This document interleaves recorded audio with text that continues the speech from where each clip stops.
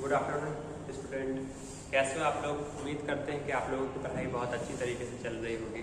तो इससे पहले जो हम लोग डिस्कस किए थे वो सोर्सेस ऑफ एनर्जी डिस्कस कर लिए थे। सोर्सेस ऑफ एनर्जी होता क्या है ये सब चीज़ हम लोग पढ़ लिए थे और वाटर के बारे में भी थोड़ा सा अच्छी तरीके से पढ़ लिए थे।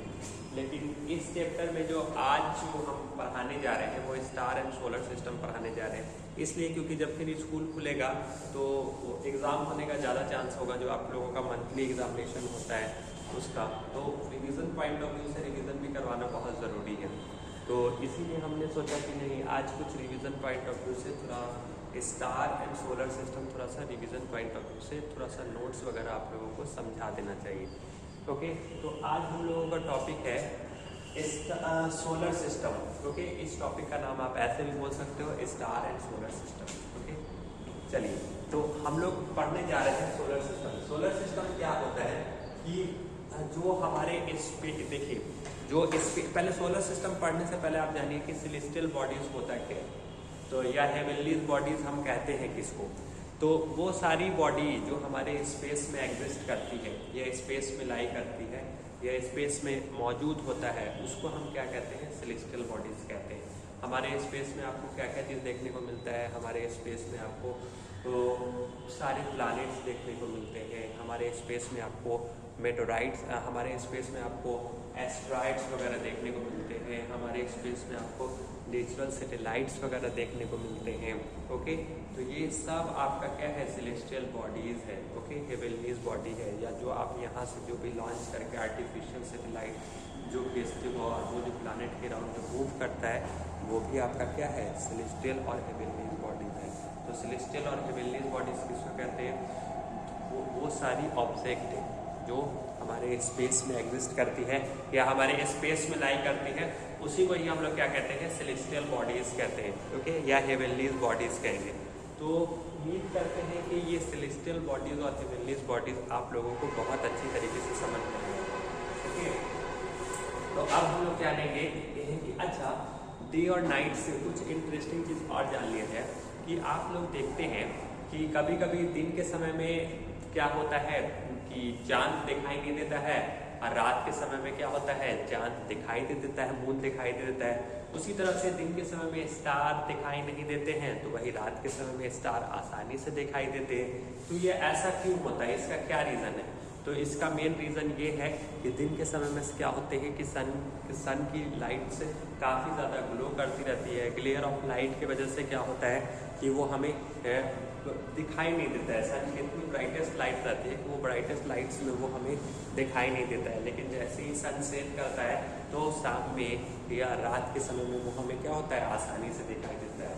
तो जितना ज़्यादा ग्लेयर ऑफ लाइट होगा तो उसकी वजह से, ग्लेयर ऑफ लाइट की वजह से वो हमें दिखाई नहीं देगा। यही उसका मेन रीज़न है। ओके, तो इस तरह से हमें समझ में आ गया कि दिन के समय में हमें मून क्यों नहीं दिखाई देता है, दिन के समय में हमें स्टार क्यों नहीं दिखाई देते हैं। दूसरा चीज़ आप ये देखिए कि हम लोग आम बोलचाल की भाषा में क्या सन को एक स्टार मानते हैं? जनरली सन को स्टार नहीं बोला जाता है, लेकिन एक्चुअल में सन भी एक क्या है, एक स्टार है। ओके, सन हमें इसलिए बड़ा दिखाई देता है क्योंकि ये अर्थ से नज़दीक है। ओके, सन से अर्थ के बीच का जो डिस्टेंस है वो 150 × 10⁶ किलोमीटर है। ओके, यहाँ से सन से अर्थ तक के बीच का जो डिस्टेंस है वो 150 × 10⁶ किलोमीटर है। ओके, इसका अगर आप डिस्टेंस लिखिएगा तो ये कितना है, 150 × 10⁶ किलोमीटर है। ओके, सन से अर्थ के बीच का जो डिस्टेंस है वो कितना है, 150 × 10⁶ किलोमीटर है। तो डिस्टेंस कम रहने की वजह से वो हमें क्या होता है, काफ़ी बड़ा दिखाई देता है। लेकिन बाकी अदर स्टार जो होते हैं वो काफ़ी दूर होते हैं हमसे। ओके, जिस कारण से वो हमें क्या होता है, काफ़ी छोटा दिखाई देते हैं। ओके, कुछ ऐसे स्टार हैं जो सन से भी क्या होते हैं, काफ़ी ज़्यादा बड़े होते हैं। ओके, लेकिन वो हमसे काफ़ी ज़्यादा दूर होते हैं, इसीलिए वो हमसे क्या होते हैं, काफ़ी छोटे दिखाई देते हैं। ओके, और कुछ ऐसे स्टार होते हैं जो कि क्या होते हैं, फिक्स्ड होते हैं। ओके, उसको पोल स्टार कहा जाता है। और वो क्या होता है, वो कहाँ पर एग्जिस्ट करता है, जो अर्थ जहाँ पर अपने एक्सिस पे रोटेट करता है उसी एक्सिस पे वो क्या करता है, लाई करता है। ऐसे स्टार को हम क्या कहते हैं, पोल स्टार कहते हैं। ओके, ये चीज़ है। तो अब आप देखिए जो सोलर सिस्टम जो है, ये solar system, okay, solar system होता क्या है, जिसको हम हिंदी में सौरमंडल के नाम से भी जानते हैं। ओके, तो सोलर सिस्टम होता क्या है, तो देखिए हम क्या डिफाइन कर रहे हैं कि सोलर सिस्टम इंक्लूड सन। जो सोलर सिस्टम होता है उसमें क्या शामिल होता है, सन शामिल होते हैं, 8 प्लैनेट शामिल होते हैं। आपके 8 प्लैनेट्स में कौन कौन है, तो आपको पता होना चाहिए सन से सबसे नज़दीक में कौन होता है, मरकरी। या आप बोल सकते हो कि हमारे सोलर सिस्टम का पहला प्लैनेट कौन सा होता है, मरकरी होता है।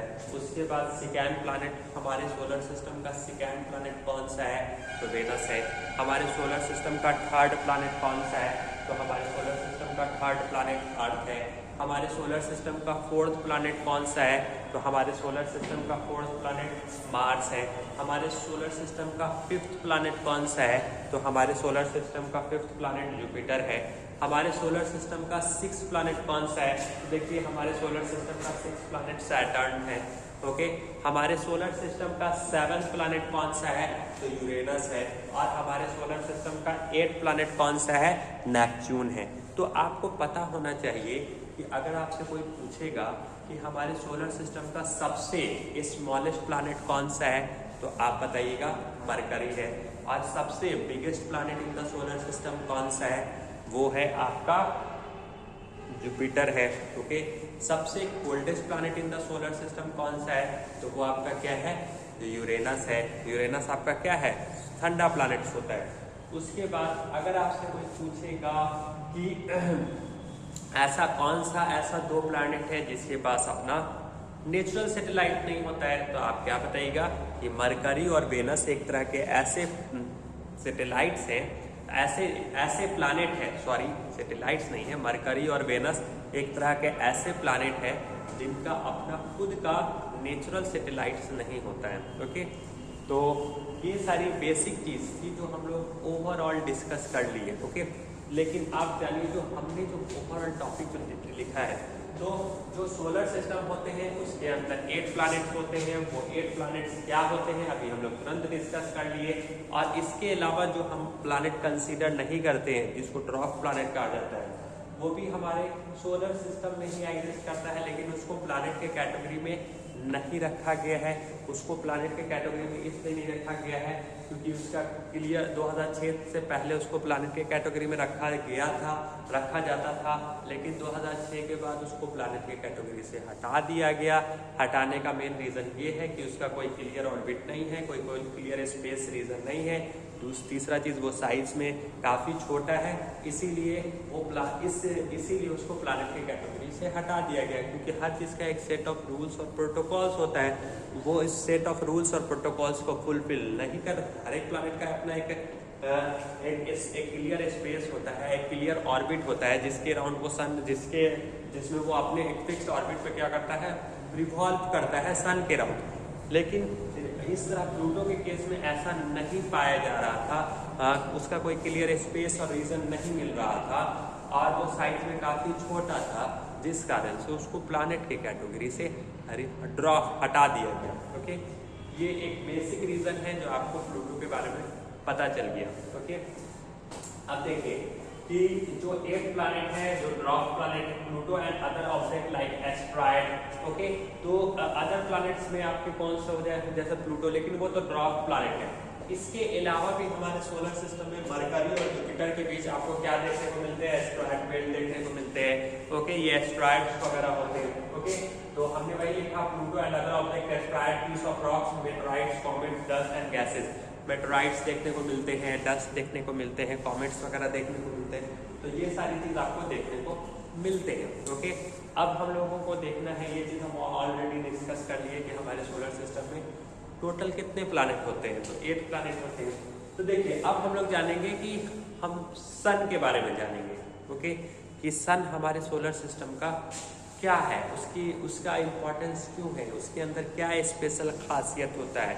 ओके, हमारे सोलर सिस्टम जितने भी सारे प्लैनेट हैं वो सन के अराउंड जो मूव करते हैं, क्यों मूव करते हैं प्लैनेट सन, ये उसका बहुत सारा क्रॉस क्वेश्चन क्रिएट होता है, क्योंकि ग्रेविटेशनल फोर्स जो होता है वो सन का सबसे काफ़ी ज़्यादा होता है अदर प्लैनेट से कंपेयर में, जिस कारण से वो उसका इफेक्ट जो होता है अदर प्लैनेट्स पे क्या होता है, काफ़ी ज़्यादा होता है, जिस कारण से वो अपनी ओर उसको क्या करता है, अट्रैक्ट करता रहता है। क्योंकि ग्रेविटी देखिए जो सन जो होता है, देखिए सन के बारे में हम लोग पढ़ते हैं, the sun is the centre of the solar system. Sun जो है ये हमारे सोलर सिस्टम का सेंटर वाला पार्ट होता है।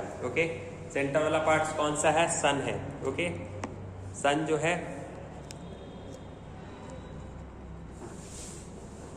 एक मिनट,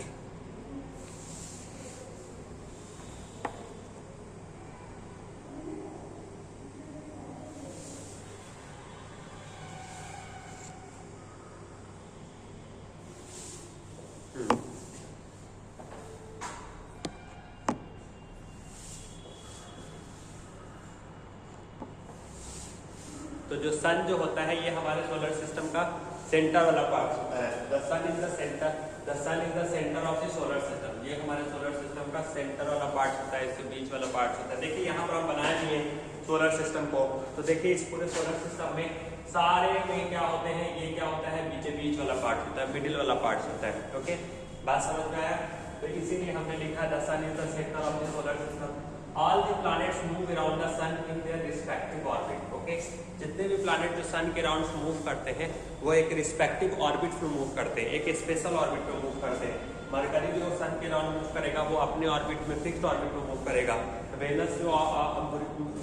वेनस का जो रिवोल्यूशन होगा वो अपने ऑर्बिट में होगा। मतलब जितने भी हमारे डिफरेंट प्लैनेट्स हैं वो अपने फिक्स्ड इलिप्टिकल पाथ पे मूव करते हैं। ओके, ये चीज कहा जा रहा है। देखिए all the planets moves around the sun in their respective orbit. जितने भी प्लैनेट्स जो सन के राउंड मूव करते हैं वो एक रिस्पेक्टिव ऑर्बिट में मूव करते हैं, मतलब एक फिक्स्ड ऑर्बिट में मूव करते हैं, उनका एक फिक्स्ड ऑर्बिट होता है। ओके, इट इज रफली 109 टाइम्स, इट इज रफली 109 times the size of earth. Okay, इसका जो साइज जो होता है वो अर्थ के साइज से लगभग 109 टाइम्स होता है, मतलब 109 गुना क्या होता है, बड़ा होता है। ओके, तो ये चीजें हैं। ओके, और इसमें देखिए it compromises 99.8% of the 99.8% of the solar system. ये हमारे सोलर सिस्टम का 98% मास, मतलब अगर मास के पॉइंट ऑफ व्यू से भी देखा जाए, या हमारे सोलर सिस्टम अगर मास के पॉइंट ऑफ व्यू से देखा जाए, मान लेते हैं कि अगर हम इसके परसेंटेज के वैल्यू में अगर हम इसको कंसीडर करें, तो अगर कोई भी चीज़ परसेंटेज जो होता है वो 100 में देखा जाता है, तो अगर 100% में 99.8% मास तो इसी का कुछ खुद सन का होता है, बाकी 1% या 99% कंसीडर करो, बाकी 1% में अदर प्लैनेट का जो मास होता है। इस तरह से इसका दूसरा चीज आपका इसका ग्रेविटेशनल इफेक्ट भी ज्यादा होता है, क्योंकि मास ग्रेविटेशनल फोर्स दो चीज पर डिपेंड करता है, एक मास पे, दूसरा डिस्टेंस पे। ओके, तो इसका मास भी थोड़ा ज्यादा होता है, जिस कारण से ग्रेविटेशनल इफेक्ट जो होता है वो सन का क्या होता है, काफी ज्यादा होता है। ओके, ठीक है, देखिए it is a huge made up of extremely hot gases. Okay, इसमें ये किस चीज से बना हुआ होता है, ये हॉट गैसेस से बना हुआ होता है, ये गर्म गैसेस से बना हुआ होता है। सन जो होता है, सन के अंदर इतनी सारी गर्मी कहाँ से आती है? अगर दिन के साथ अगर उसका सरफेस टेम्परेचर जो जानोगे तो सन का सरफेस टेम्परेचर 5600 डिग्री सेल्सियस, या कुछ बुक में आपको मिलेगा 6000 डिग्री सेल्सियस, 6000 डिग्री सेल्सियस, या कहीं कहीं पर देखोगे तो 5600 डिग्री सेल्सियस। ओके, तो अगर बुक में कहीं पर 5006 डिग्री सेल्सियस या ऑप्शन में आता है 5006 डिग्री सेल्सियस तो वो दे सकते हो, नहीं तो 6000 से 6000 डिग्री सेल्सियस टेम्परेचर दे सकते हो। जनरली आपके रेडियंस वाले बुक में भी क्या देखने को मिलेगा, 6000 डिग्री सेल्सियस। ओके, तो सन का जो सरफेस टेम्परेचर होता है अप्रॉक्स वैल्यू में अगर आप बात करो तो 6000 डिग्री सेल्सियस, अगर एक्यूरेट अगर कहीं पर भी देखोगे तो 5006 डिग्री सेल्सियस टेम्परेचर होता है। ओके, ये उसका सरफेस टेम्परेचर है। ओके, तो इतना ज्यादा टेम्परेचर 5600 डिग्री सेल्सियस, जान रहे हो, ये तो बहुत ज्यादा हो गया। ओके, इसीलिए आप देखिए, इसीलिए सन क्या है, एक तरह का हॉट स्फीयर ऑफ गैस है। सन एक सॉलिड स्फीयर ऑफ गैस नहीं है, सन एक हॉट स्फीयर ऑफ गैसेस है, जिसके अंदर मेनली कौन सी गैस पाई जाती है, तो सन के अंदर मेनली हाइड्रोजन गैस पाई जाती है। सन के अंदर न्यूक्लियर रिएक्शन होता रहता है। न्यूक्लियर रिएक्शन में कौन सा रिएक्शन होता रहता है? तो न्यूक्लियर फ्यूजन रिएक्शन होता है। न्यूक्लियर रिएक्शन में दो तरह के होते हैं, एक न्यूक्लियर फ्यूजन रिएक्शन होता है, एक न्यूक्लियर फिजन रिएक्शन होता है। न्यूक्लियर फ्यूजन रिएक्शन में क्या होता है, जब दो हल्के एटम्स के न्यूक्लियाई आपस में कंबाइन होकर एक बिग एटम्स के न्यूक्लियाई का फॉर्मेशन करते हैं तो उसको हम क्या कहते हैं? न्यूक्लियर फ्यूजन रिएक्शन कहते हैं। तो सन के अंदर में कौन सा रिएक्शन होता है? सन के अंदर न्यूक्लियर फ्यूजन रिएक्शन होता है। उसी न्यूक्लियर फ्यूजन रिएक्शन की वजह से वो किस चीज में बदल जाता है?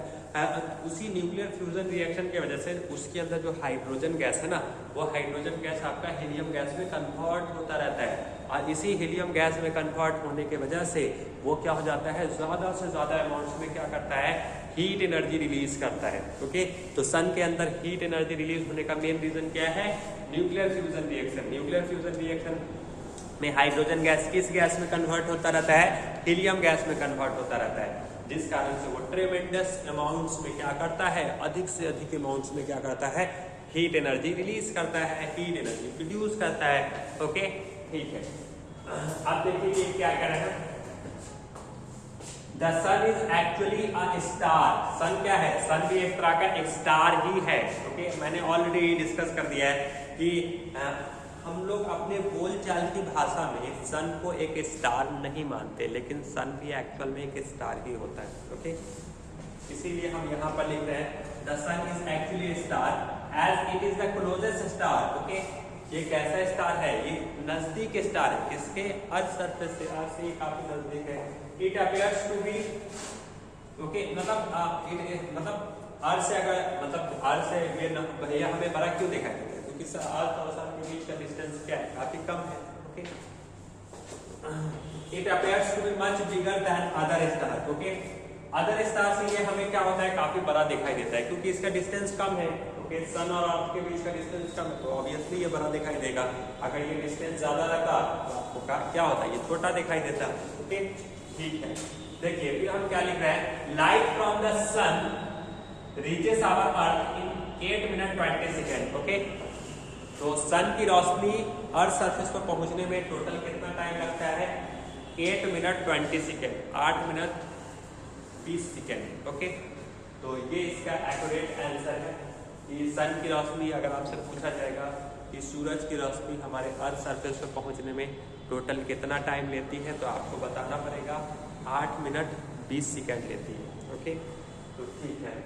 The temperature at the surface of the sun is about 5006 degree Celsius and 6000 degree Celsius, या और 6000 डिग्री सेल्सियस। सन का जो सरफेस टेम्परेचर होता है वो 5006 डिग्री सेल्सियस से ये हो सकता है, या आप कुछ बुक में देखोगे तो कहीं पर 6000 डिग्री सेल्सियस टेम्परेचर भी होता है। ओके, तो आपको बुक के हिसाब से अप्रॉक्स में अगर मान लो ये आप राउंडेड फिगर्स में अगर इसका वैल्यू जानो तो ये 6000 डिग्री सेल्सियस ले सकते हो, लेकिन अगर कुछ बुक में देखोगे तो इसका 5006 डिग्री सेल्सियस भी दिया रहेगा, या आप कहीं पर भी सर्च करना तो वहाँ पर भी आई थिंक बुक वगैरह सब में 6000 डिग्री सेल्सियस दिया रहता है। ओके, इसीलिए मैंने दोनों लिखवा दिया है। चलिए, the nuclear fusion reaction take place in the centre of the sun. Okay, sun के अंदर कौन सा रिएक्शन होता रहता है? तो सन के अंदर न्यूक्लियर फ्यूजन रिएक्शन होता रहता है। Okay, nuclear fusion reaction. Okay, और न्यूक्लियर फ्यूजन रिएक्शन क्या होता है हमने ऑलरेडी डिस्कस कर लिया है कि वैसा रिएक्शन जिसमें एक बिग एटम्स के न्यूक्लियाई टूट कर एक स्मॉलर एटम्स के न्यूक्लियाई में कन्वर्ट होते हैं, तो इस तरह के रिएक्शन को हम लोग न्यूक्लियर फ्यूजन रिएक्शन कहते हैं। बात समझ में आ गया?